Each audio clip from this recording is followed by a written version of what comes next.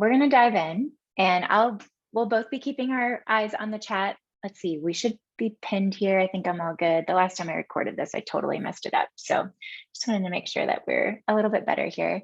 We're super excited to have you guys here tonight, and we're going to talk about courage, which I think is also, it's interesting because I think sometimes the topic that you teach on is kind of like shows up a lot, for you in the moment.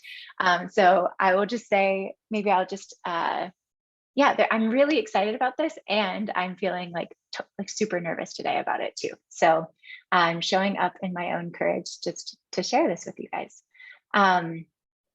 But yeah, before diving into the whole class, I'm going to give you a little rundown of the flow. We'll do quick introductions. We know most of you, but there are some new faces on here. So just to give you a little sense of who the heck we are and why we're talking to you. And then we'll dive into specifically all of the work around courage that we want to share today. So yeah, the flow, Katie's going to introduce the topic.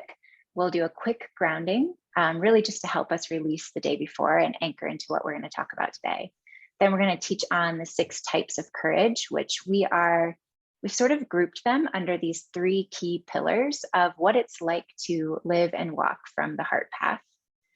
We're going to also walk you through how to identify sort of where your heart is calling you to step into courage. And then at the very end, we will be sharing with you about our upcoming in-person retreat. And that will be a space for you to take this work a lot deeper in community. We have a few spaces left, and we're going to offer a special gift to those of you on the call who are interested. So stay tuned for that. So yeah, I'll introduce myself. I'll hand it over to Katie after that. My name is Beth Porter. Thank you for being here. I have a healing practice working with a beautiful healing modality called emotional polarity technique. Many of you here are familiar with already, but if you're not, my work's really centered around reclaiming your whole self through healing specific traumas and old memories that are causing an internal separation and fragmentation. So in my process, I take clients through a 3-month container, as well as we sort of delayer those stuck energies and emotions that kind of sit on the surface, keeping you from being able to really connect into your aligned self. And then I'll hand it over to Katie. Hi, everybody. So glad to see all your faces. I am Katy Long, and I have really been on this path that we call the heart path for about 12 years, and really came into this when my son was born. And since then, I've really just been circling around this work of the heart and exploring it from all its different angles. I am trained in the heart math method, and I facilitate heart-centered healing through awareness, embodiment, creativity practices, connection to nature and the earth. So that is a little bit about me. So if you were with us last time, we talked about attuning to our hearts and discovering really what that looks like and feels like.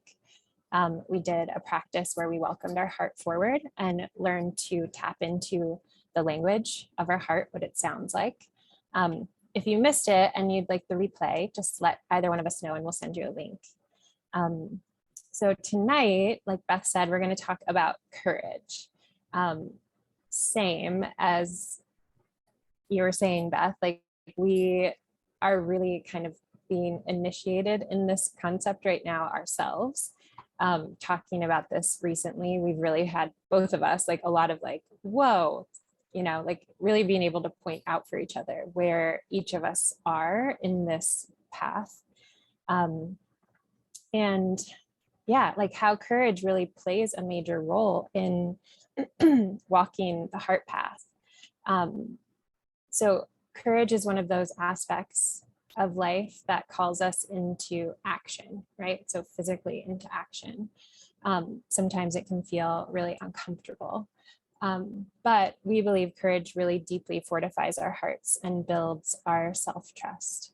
So tonight we'll talk about a framework that we're using that includes the 6 types of courage, and how we've kind of broken them into like 3 pillars.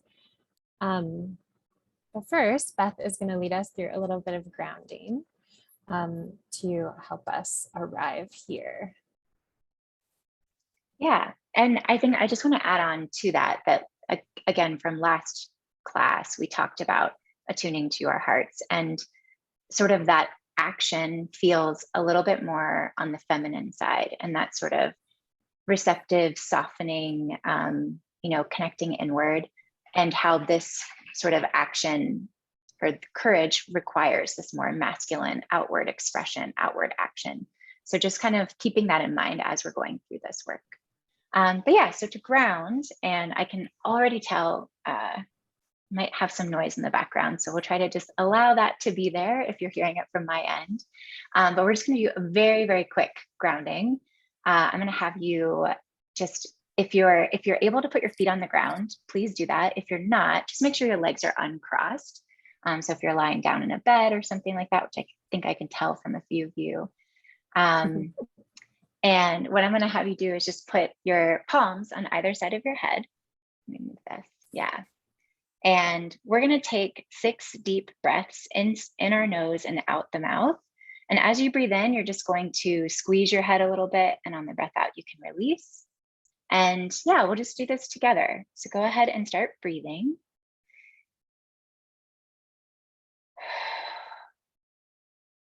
Just really letting yourself ground into your body.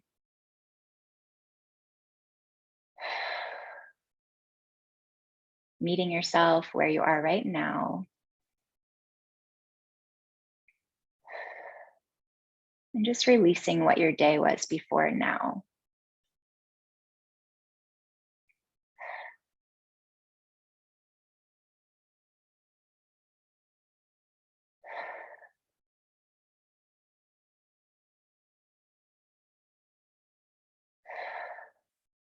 And when you're finished breathing, you can release your hands. I like to rub them together, create a fire. I'm gonna let someone in here. Beautiful. Rub your hands together. Again, kind of letting go of what today was before joining, and then just shake them out. All right, good deal. So Katie, I'll hand it back to you. Okay. So I am not the techie one between the two of us, between Beth and I, but I am going to share my screen. So just let me set that up really quick.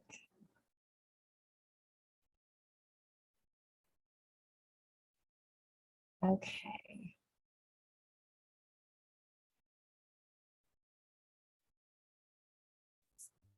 Okay. So obviously we are here. This is our series called Fortifying the Heart. Tonight we're talking about courage. So before we talk about courage tonight and the concepts that we are going to introduce, I first wanted to give you this kind of quick visual of what we have defined as the heart path. So I see it like this cycle of discovery, healing, and embodiment. It's a cycle of transformation that we can use for any and all parts or pieces of our lives. What's really unique about the heart path is that we're really allowing our hearts to dictate what's being funneled into and through this cycle. So we make a conscious effort to notice what's coming up for us. And then we tune into our hearts for direction, how to walk through this cycle. But as we know, this cycle is multi-layered, a lot more complicated than just this neat little, thing right here. So we kind of see it like the cycle becomes more like a spiral. So we're always living in these kind of widening circles as we gain new perspective on these things that we're working through. So this cycle framework applies to our 6 types of courage as well. And we are going to break it up into 3 pillars. And this has been super helpful for us. Let's see, I thought I had a slide about that, but I guess not. Whatever. We'll stay here for a second. So it's been super helpful for us, like I said earlier, for Beth and I, to really be able to bring awareness to where we might be in any given moment, in any struggle that we're in, where we might need fortification of our hearts, when we need to make a hard decision, etc. And really, I just want to say that this isn't meant to be like a step-by-step or like follow this plan and you'll get this result. You may not even go through each or every type of courage, or you might not go in the order that we are laying it out. This is just a framework that we've found helpful. And really just calling attention to the fact that there is a lot of power in each phase and every step. And the point really isn't to get through it or to finish it, because we all know this nature of the spiral and how we're going to revisit these things over and over again, and just see from a new perspective these unique lessons that we all have to learn in this life. So, okay. You can tell this is like a lot for me to manage. The screen, the switching the slides. Doing great, Katy. Appreciate you stepping into your courage. Yeah. Let's just talk about this for a second. This is totally me being courageous right now. Totally trying to be techie. I feel like you should also, for folks who don't know, Katy is like coming from a camper on land in Arizona. So with, potentially spotty Wi-Fi or hotspots and things like that. So actually there's like a humongous storm rolling in right now, which is really good because we haven't had rain. So I'm really excited about it, but like the wind blowing outside the window right now is intense. Okay, back to it. So this is our list of the attributes of courage. And I think it's worth bringing up this list of words that we found that describe the attributes of courage. So if you read through them, when I first read through them, I felt a little put off. I'm pretty sure I told Beth, like, these are scary. And like Beth said earlier, like these are all very masculine words. There is an intensity to it that I personally kind of shy away from. They make me uncomfortable. And that's okay. So what we're embracing here is that we all have both this feminine and masculine. We have the softness and the intensity. And some of us, like me, may feel more at ease in the soft part. So like last time we did attuning to the heart, we read poetry, like all these things that feel very feminine and soft. But that doesn't mean that we can't call forward the inner structure, the masculine, the intensity when we need it. So we're also embracing and accepting that when we're stepping into courage, we are most likely going to feel uncomfortable, and that's okay. So courage literally means strength of heart, which I love. And I thought of here, like what Brene Brown says, where she talks about having a strong back and a soft front, and how we are both, right? And I'm really using this list of words as a marker in my personal journey with courage. So I'm asking myself questions like, am I committed? How am I calling up my bravery right now? Am I employing my boldness? Am I living in integrity, right? So it can be sort of like a marker for us. Okay, slide. Okay, so this leads us into the 6 types of courage. So what we did was it kind of fit perfectly 2 types into each pillar. So our first pillar is this discovery pillar. So this is like the opening phase. this is the phase where we notice like, oh, something is coming up right now, or we have a decision in front of us that we have to make, or we're struggling through something.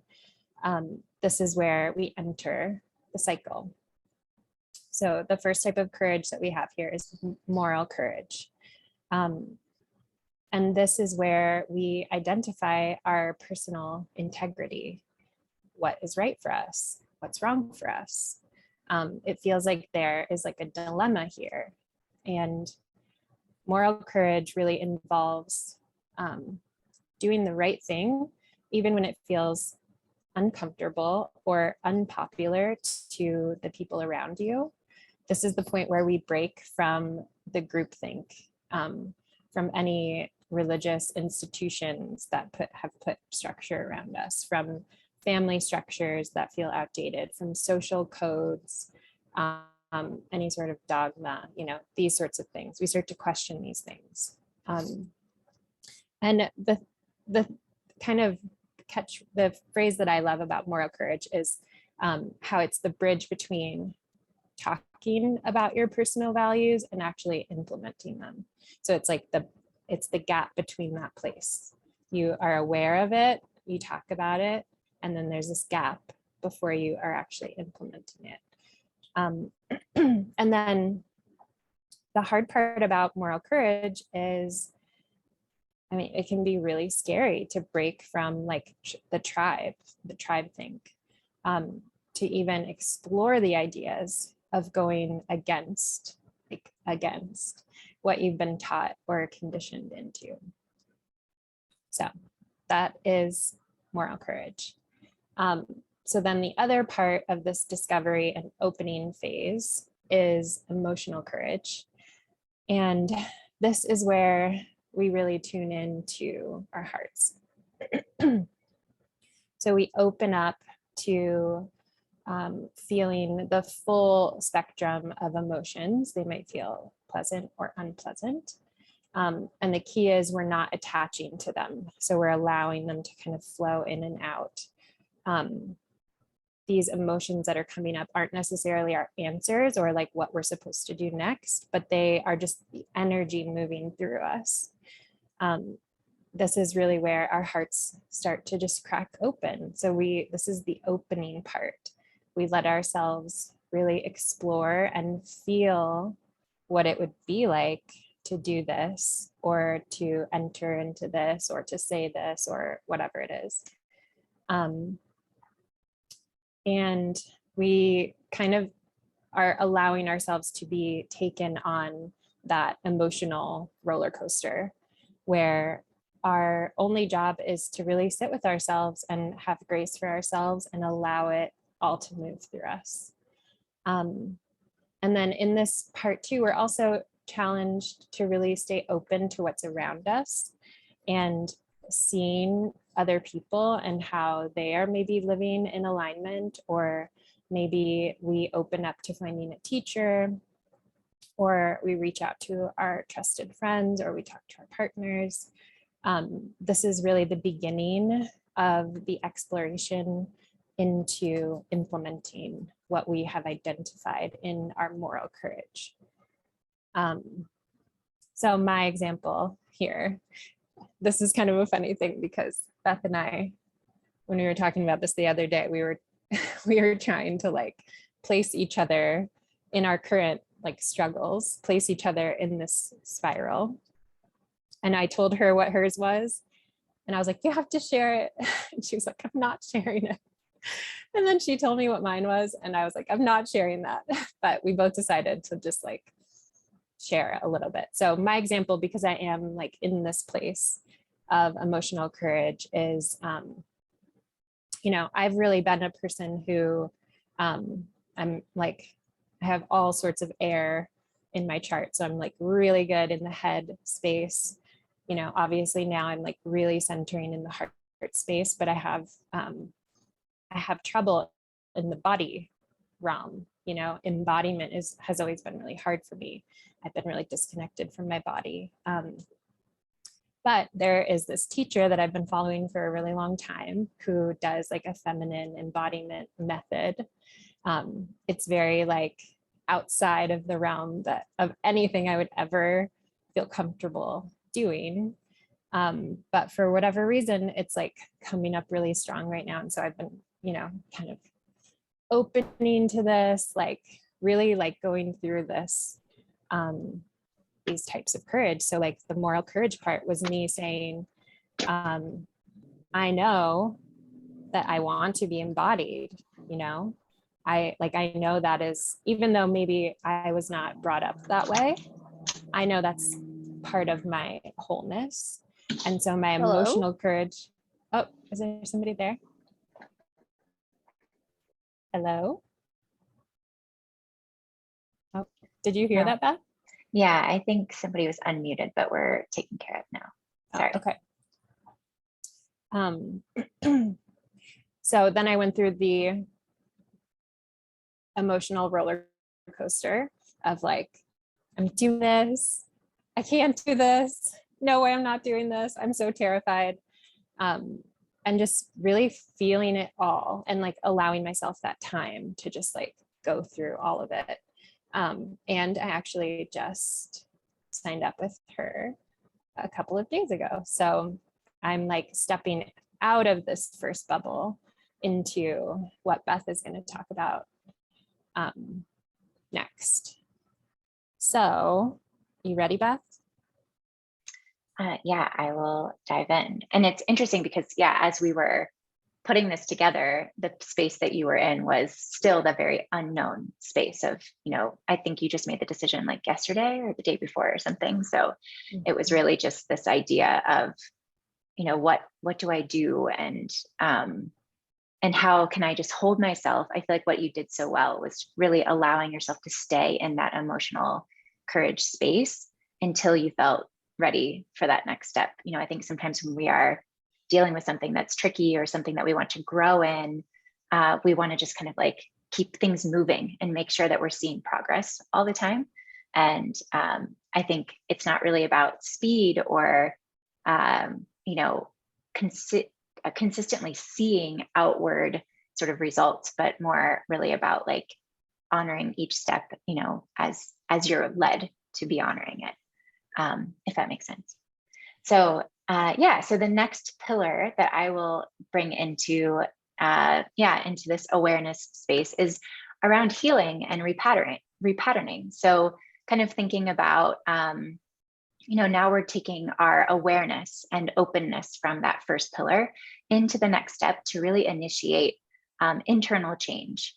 And so the first type of courage here is considered intellectual courage. So this is where we're expanding our horizons, really from this like mindset standpoint, letting go of the familiar. It's really about our willingness to learn and unlearn and relearn with an open and flexible mindset.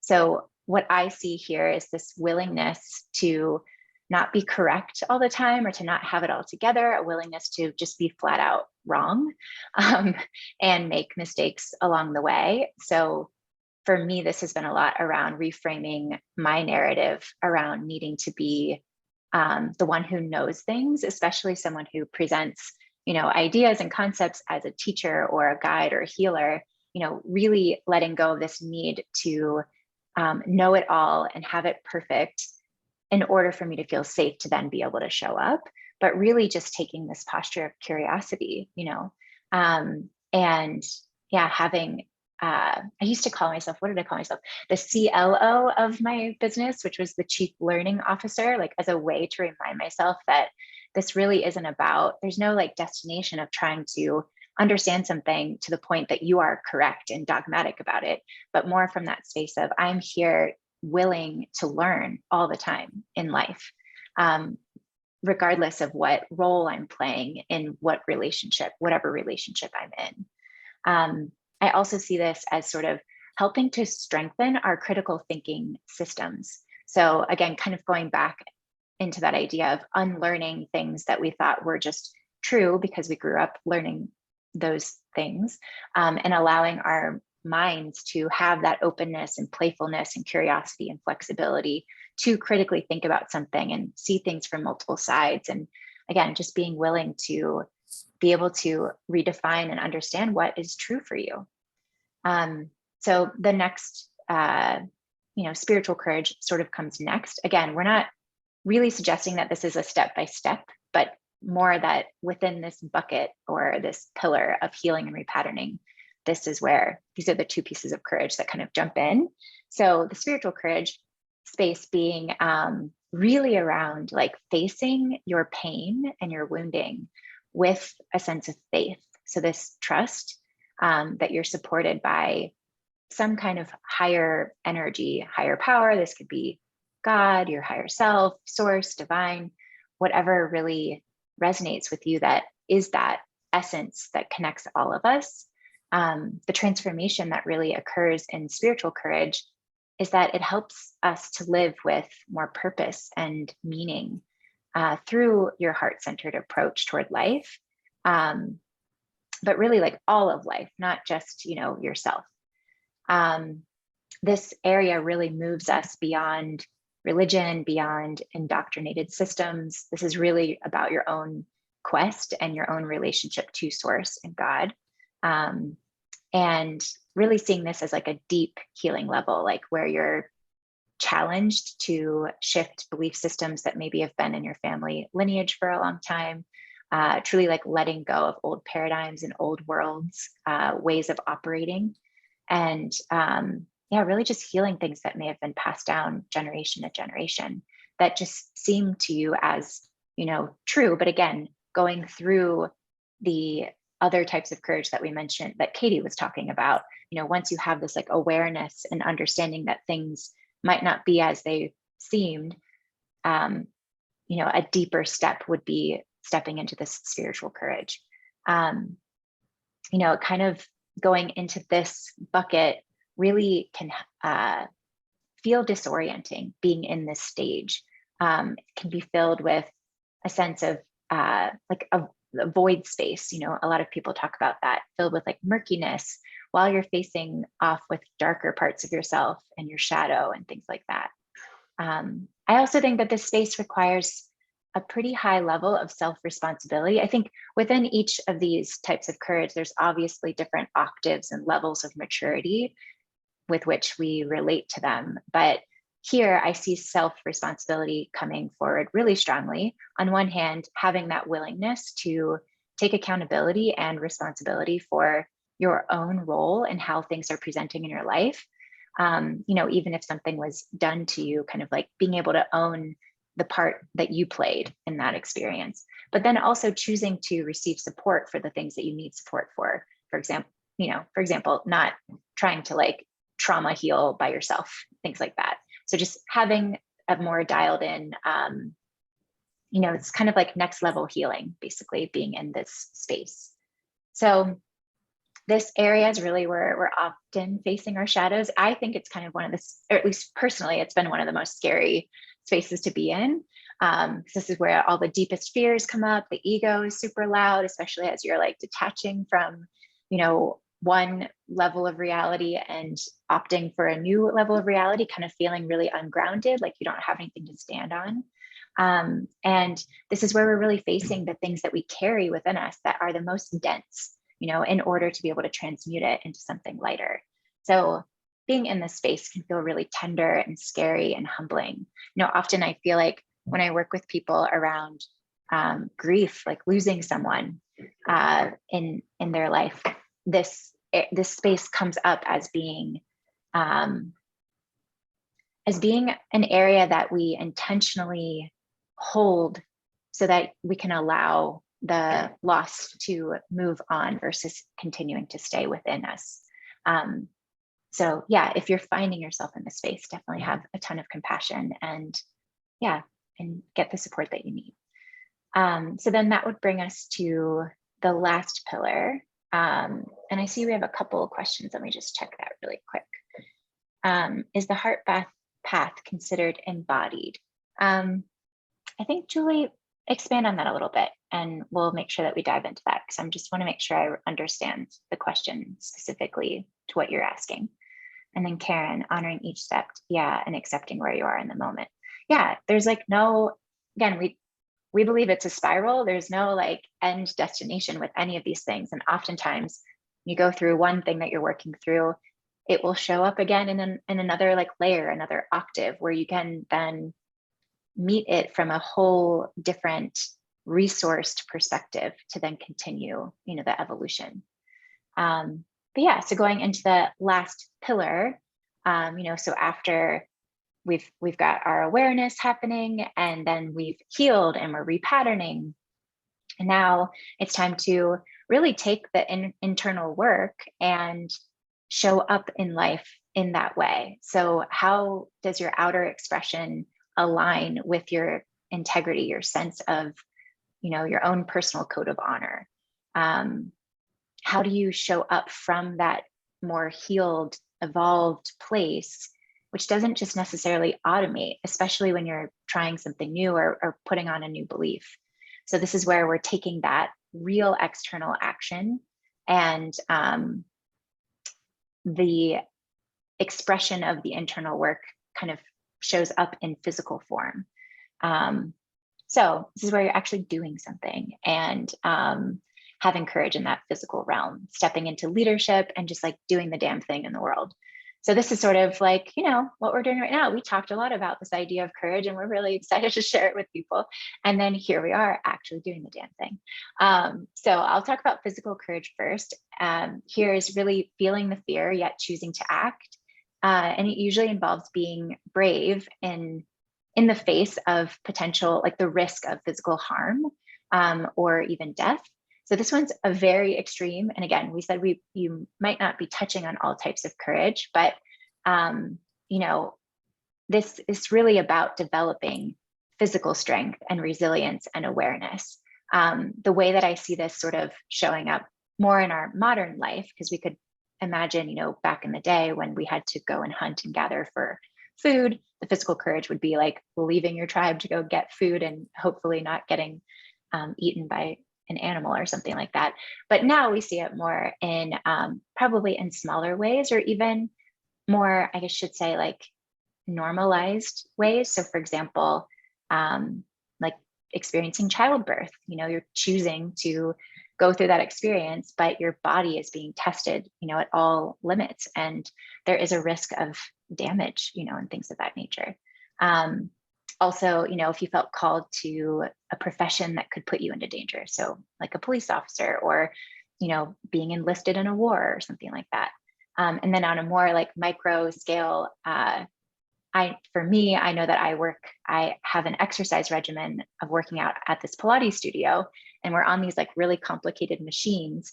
And there are certain exercises that we do that really test my limits of fear and being able to push my physical body into certain shapes, in order to, continue to strengthen. So that's one way that, I see facing physical courage might, occur in our daily lives. But overall, out of the 6 types of courage, I think the physical courage is probably something we dial down, we don't experience as much. But yeah, and then the last one being social courage. So how are this one resonates with me a lot. So how do we really show up in our lives, publicly, privately, personally, like on all the different levels, whether you're at work or just with friends and family, in holding what is true to you. This usually involves, risk of social embarrassment or exclusion or, rejection. And it also involves leadership, really stepping in. And it can look like, sharing your truth with others and implementing your healing and what you've kind of gone through into your beingness, like who you are, how you show up. It could be choosing to let go of certain people in your life because they don't really fit into, what you believe to be the correct thing that, is part of your own personal moral code. I guess, yeah. So this was where Katie was like, you have to share this. So when we were sharing where we are in this path, I was trying to understand, what kind of courage am I being asked to show up in now? And one thing that recently came to me was, I don't know, I was going to say to go back one, but yeah, Katie, do you mind going back one? I think so. Probably like a month ago or two, I found myself dealing with some really intense, like old, but it felt new, scarcity, like fears and wounding. And just, it was like really, really loud in front of my face. And, I've been dealing with scarcity my whole life, so I won't get into all of that experience, but, and it's showing up as being something that is on that spiral of healing, that as I evolve and grow, I'm going to keep probably dealing with it. And so this particular experience with it, I did some work around it. I had some EPT done, understanding kind of where this was connected to. It didn't have anything to do with money. It had more to do with other things that I needed to work through. But then I found myself going through that spiritual courage space that really looked like just a complete void space. So I experienced depression and this unlearning and this letting go of the world as I knew it, and allowing myself to step into this new space without knowing what that new space looked like. So kind of holding myself through the spiritual courage experience, then found myself into the space of, okay, what's the next step that I need to kind of back my, what is in integrity for me and how I show up with this. And what came to me was to open my options to the ways that I receive income so that I can support, what I really am building, which is this business, my practice, my healing practice. And to really anchor into that for the long term. How do I allow myself to be supported in other ways so that there isn't pressure on the business to perform for me? And so what came forward was to reach back out to old design and brand clients for some freelance work.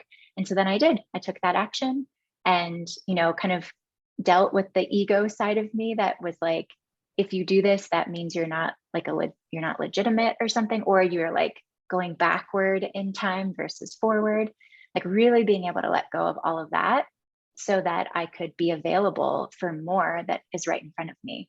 And then, that immediately happened. Got a bunch of freelance work, and I've actually had to start saying no to it because it's too much, and super well supported so that I can then really show up in, what I am building for the long term. So the social courage is to share with this group because there was a big part of my ego that was like, if people know this, if people know that you're not full-time doing this work, then they're not going to, then they'll have judgments about it, whatever those judgments are. And really the work was around, me addressing my own judgments around what that is so that I could release it.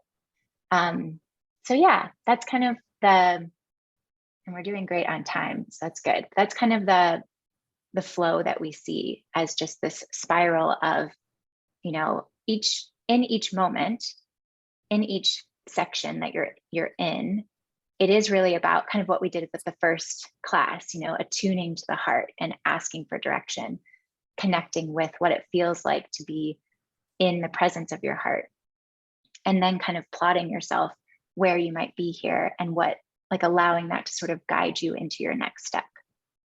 So does that make sense? And Katie, do you have anything to add? Yeah, so you can kind of see how the social courage then will, if we're thinking of things like a spiral, say, Beth and the scarcity that she is experiencing, this is not a new issue. This is something that she's spiraling around, right? So she's come into this social courage where she's living out her personal integrity in this moment. But no doubt you'll be dropped back in to the spiral, back at the first phase, right? Where back into this moral courage place where there'll be something else that comes up and she will have to identify and be open to it. And so I don't know if this is making sense to anyone, or if everyone is kind of seeing the connection here, but how kind of what we said in the beginning, it's not you're going to go through 1, 2, 3, 4, 5, 6, but kind of it sort of happens that way, and then you loop back around. So hopefully this is kind of let us know if that makes sense to you. Yeah, and then I just wanted to quickly make sure we answered Julie's question. So she said, I make a lot of decisions from my heart and struggle with being embodied. feeling from my body, and they seem a bit different. So she's talking about the heart path, and she wasn't sure. So I would say, it's kind of it's a process, right? I see it as kind of, we have these three parts of ourselves. And Julie, I don't know if you watched the first, our first class on this. I can send you the link to it. But we really talked about how we have like these three parts of ourselves, and like heart or head, heart, body, and how we have this like triangle where the head has been traditionally at the top of the triangle, with the heart and the body of service to the head, to our minds, but how we're trying to like flip the triangle and put the heart on top, and then our bodies serve that part, right? So our bodies have intelligence, and we can listen to our bodies, but also like letting the heart like inform our actions. Does that make sense? What would you say to that, Beth? Yeah, the build that I would say, thank you for reminding me of that framework, or restating that framework, because I think that's really beautiful, and makes a lot of sense visually, at least for me. But yeah, the embodiment piece, I see it coming in as I show up in the world in alignment with my integrity, my own personal code of honor. So, if I say it's important to me to, what would be a good example? I mean, a very easy example, I guess, would be, this is something that I worked through last year, but I made a decision to stop drinking because I wanted to show up as clear as possible to each day. And so being embodied in that was to show up in life, changing my default from being someone who drinks often to someone who doesn't drink often. And allowing everything that relates to that in my life to really back that decision that was internal, that was heart-led, with my embodied action. So that means, finding ways to navigate social situations when people have alcohol and I'm not partaking. That also means, maybe it's like choosing to not participate in certain social situations where I know that that's going to make me uncomfortable. That means getting emotional support from friends and family or whatever when I'm feeling tempted or whatever. That also means, taking care of myself in the moments where I feel like I might have messed up or something like that. So all of those things to me are embodying what your heart has asked you to kind of show up to. Does that make sense? Well, and also I think, because I struggle with embodiment, like I shared, but I think it's like allowing our hearts to lead us to what we need, right? Like trusting that our heart is our source of truth and wisdom. And so knowing that if you're feeling that call to embodiment, then you are open and seek out, what does that look like for me? And it could just be like, you need to make sure you have an embodiment practice every day. You're doing like yoga or dancing, or like you're doing something that's like getting you into your body. So we could talk more about that, Julie, because that's, if you wanted to take that offline, because that's something that I really struggle with too. So it's a process. Yeah, I think what you just described hits on something that I want to make sure to share too, is that this is really about what is your unique thing. So I can tell you the things that I do to help me be embodied in and following my heart, but they're just examples or, templates almost. But for each person, it's going to be a different thing. Katie's been exploring Kundalini recently, or not so recently, but anyway, for a while. And that's not something that really calls to me, but maybe just doing like simple meditation is something that I feel led to do. So just knowing that, part of this is staying conscious to what are you being called to? That is part of you being able to connect into your own voice of your heart and personal integrity. Integrity really is just following what your own code is. I know I keep saying that, but what I think about that idea is that it's freeing. It can be scary because people always want to share what their morning routine is, and and give that to everybody else to do, or I healed in this specific way, and so this is what you do. But I think we both want to be really cautious that we're not sharing, this like step-by-step method. It's really, what are these anchoring points we can lean into to help us have the self-inquiry, and then guidance and direction, and then follow up with our action. Right. Like, yeah, that's like what we really feel is the like grounding point to the heart path, is that like no one can tell you what your heart path looks like, or what your path to healing looks like, or any of it. Like, we want to make sure that we are always directing you back to your heart, because your heart is the only one that's going to be able to tell you what is right for you.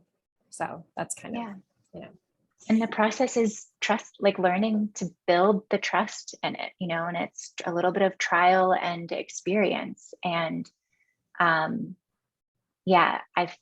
personally have found that it's like, when I get myself up in a swirl about something, I have to like return to basically the practice we did last class, which is anchoring back into my heart, giving the space, creating the space for my heart to come forward, calming the nervous system, and then kind of being able to then see what the next step is. And sometimes it's just that next step, not all of the steps. But yeah. So we wanted to, a couple things. So first, we wanted to just see if there is anyone who would be willing to share something that you might be working through, or would like a little bit of support in identifying where you might be, like in this courage framework. If you wanted to unmute yourself, you could talk about it, or you could drop it in the chat. We can give a second to see if anyone wants to use their courage tonight. Social courage, yeah. Which this is not like, you don't have to. We have another there, we have something else. We have a plan B if no one wants to share, which is okay. But it's really helpful to have someone to like mirror, and ask you questions like through the process. Is that somebody who wants to I'll speak. Shoot, whatever. Sorry, I have a puppy here who's going crazy. So I think, she's like going nuts. She likes this nighttime party owl. I think, I guess I don't know. I think for me, it's like kind of right now, the courage to kind of figure out, like, I don't know, like, this is probably going to sound too big. Like in my relationship, the path my life is taking. And I think it comes back to some of those things, like those values that we hold and that maybe other people don't hold, or when we stand in our truth and other people don't like it, like how do we kind of move through that in a way? And I think sometimes it is like letting go of, I think as Beth said, like the people or the relationship. And I think just like knowing, like, I don't know, like trusting yourself enough to know like enough's enough. I don't know. So like to leave us, like, are you struggling with like whether or not you should like leave a situation? Yeah. Or even how to like, I feel like I try to speak up for myself, but I feel like it always goes really terribly. So, I don't know if that, even if that is like, it's just like that courage to be misunderstood a lot. So yeah, I think it's like, do you just stay in that? Do you just stay in the like continually being misunderstood, even though you are kind of speaking your mind? Or do you like, how do you know? I think I always struggle with this idea of like the courage of relationships like that. I think that courage of like when to say or go, or when to work on it, Well, it sounds like to me, you might be in that first phase of like the moral courage, where you are like really wrestling with like what your, like what is in alignment for you, what is integrous for you, like, is it because some people it might be okay to stay in that and work on it. Some people, it's out of alignment for them, you know? So, so I wonder if there would be like some journaling you could do around like, I mean, this would be what I would do, is like maybe take away the person or the situation, and just like, would you allow yourself to be in that situation if it was someone else? Or do you know what I mean? Mhm. To just try to like dig and see like,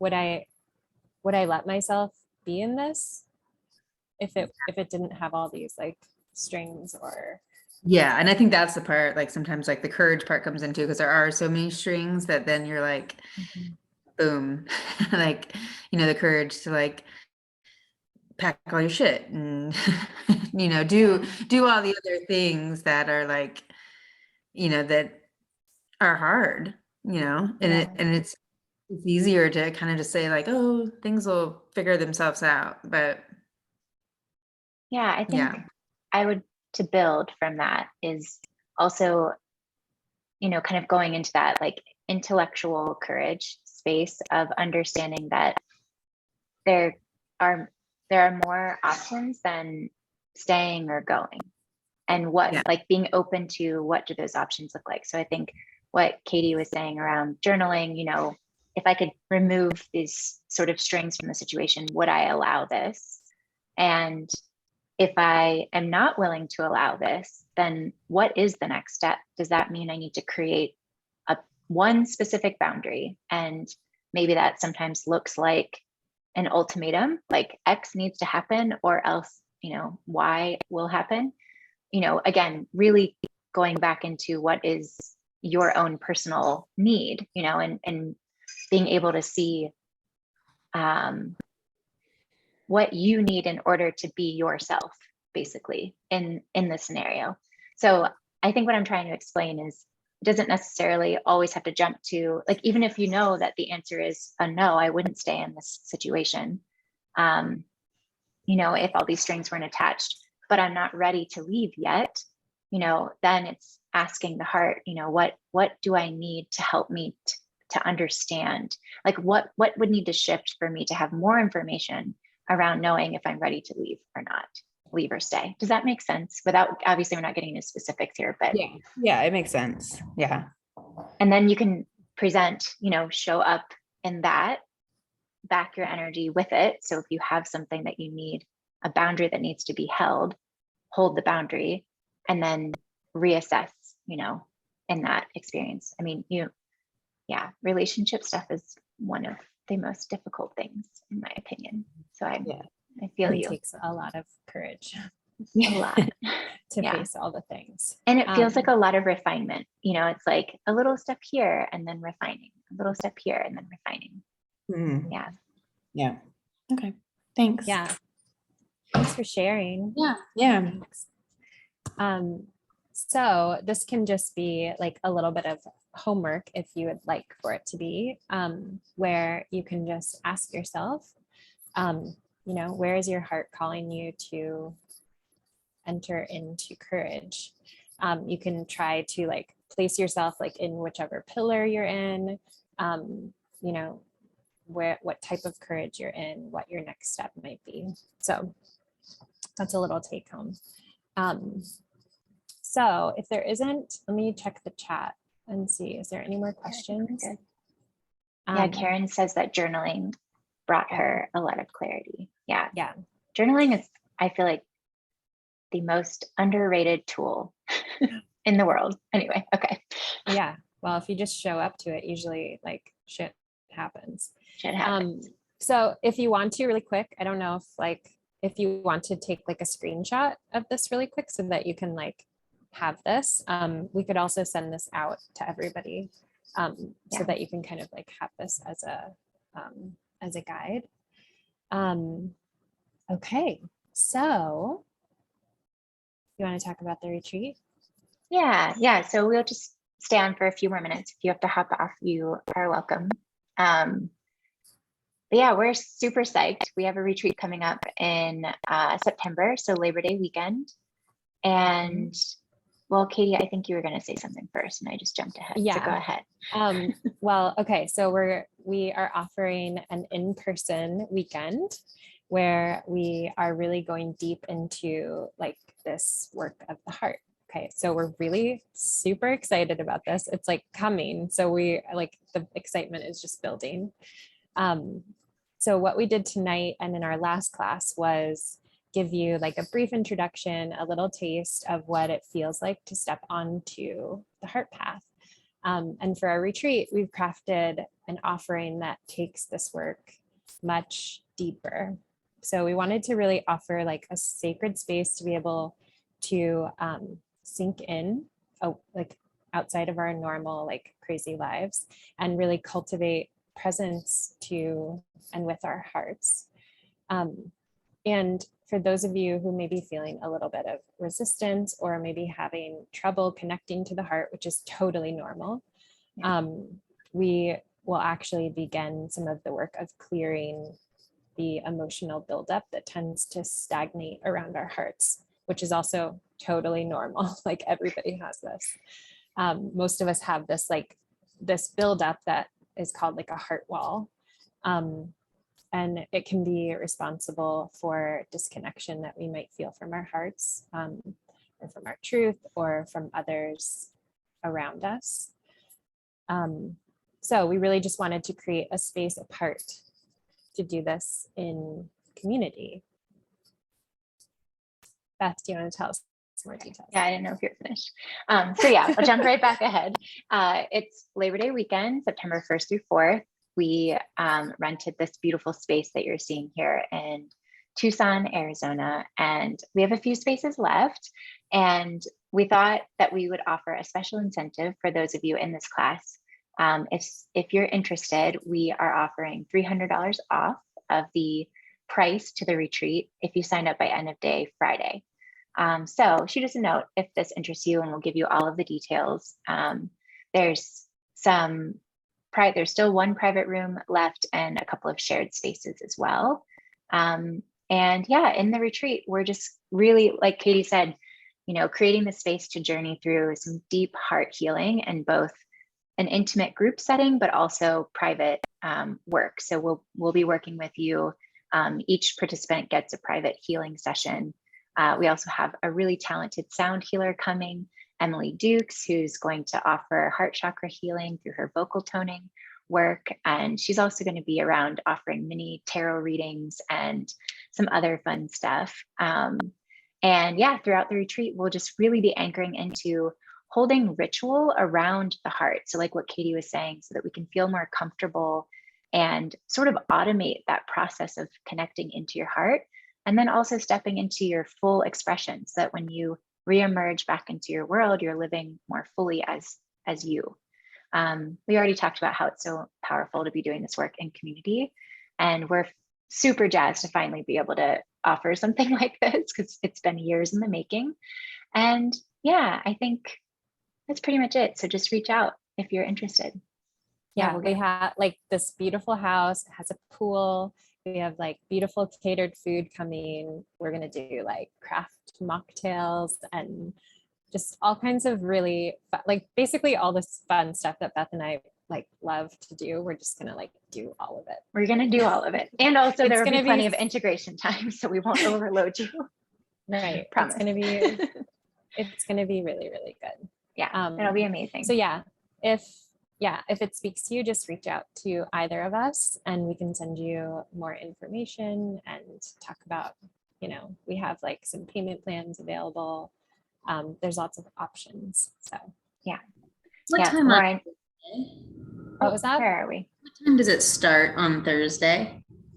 Like late, didn't we say like late afternoon? Like dinner time. Yeah. Yeah.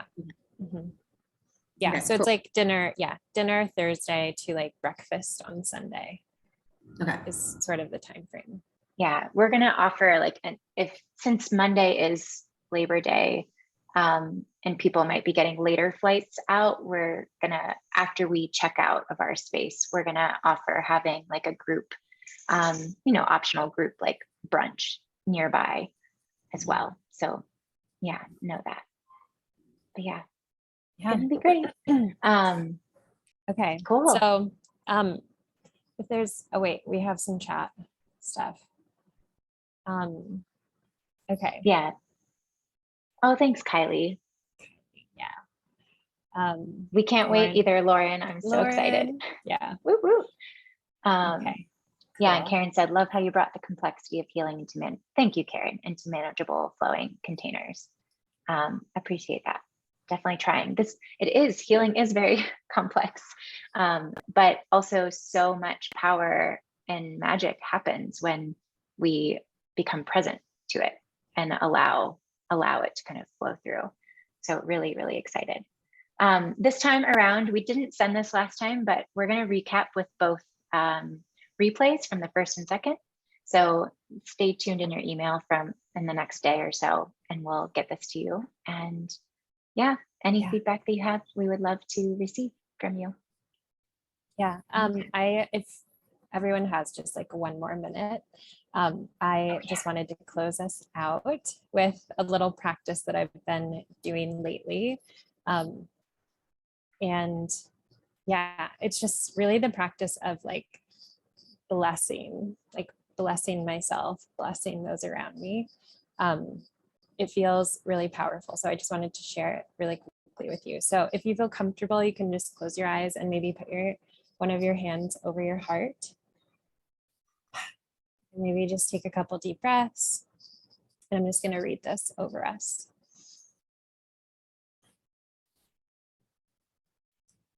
Bless our bodies, our minds, and our souls. Bless the work that we're all doing in the world. Bless our partners, our families, and our friends. Bless the discoveries that lie ahead.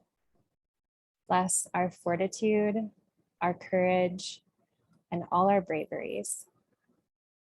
Bless the purity of who we are, the mighty forces we were born as.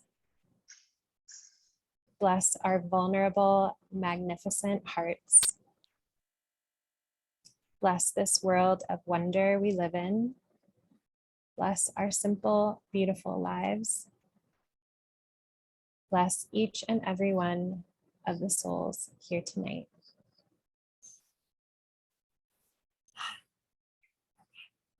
Thanks for coming, everybody.